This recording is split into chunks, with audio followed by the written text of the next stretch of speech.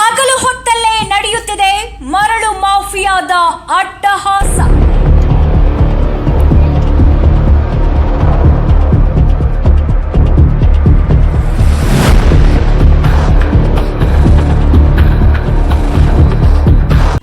ಕೃಷ್ಣಾ ನದಿಯ ತೀರವನ್ನ ಬಗೆದು ನುಂಗುತ್ತಿರುವ ಭೂಭಕ್ಷಕರು.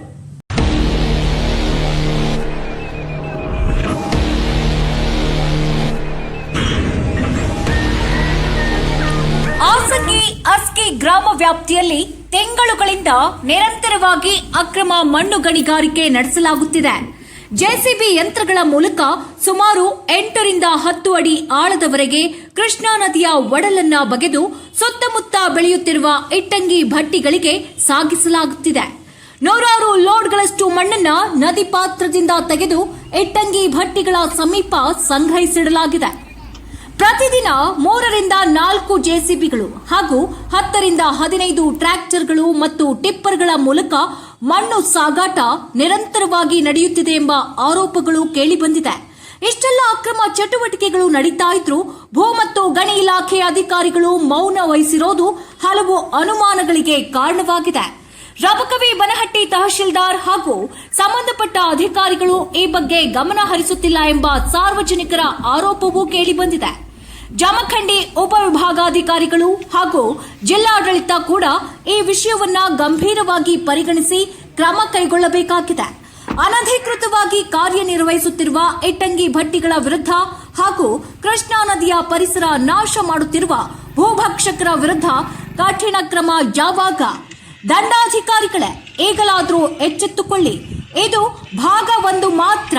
ಭಾಗ 2ರಲ್ಲಿ ಇನ್ನಷ್ಟು ದಾಖಲೆಗಳು ಮತ್ತು ಪುರಾವೆಗಳ ಒಟ್ಟಿಗೆ ನಾವು ಬರಲಿದ್ದೇವೆ. ಎಷ್ಟು ಇಟ್ಟಂಗಿ ಭಟ್ಟಿಗಳಿವೆ, ಅವು ಯಾರ ಮಾಲೀಕತ್ವದಲ್ಲಿ ನಡೆಸಲಾಗುತ್ತಿದೆ ಅಂತ ಸಂಪೂರ್ಣ ಮಾಹಿತಿಯೊಂದಿಗೆ ಶೀಘ್ರದಲ್ಲೇ ನಿಮ್ಮನ್ನ ಭೇಟಿಯಾಗ್ತೀವಿ. Bureau report, just Karnataka TV, Bagalkot.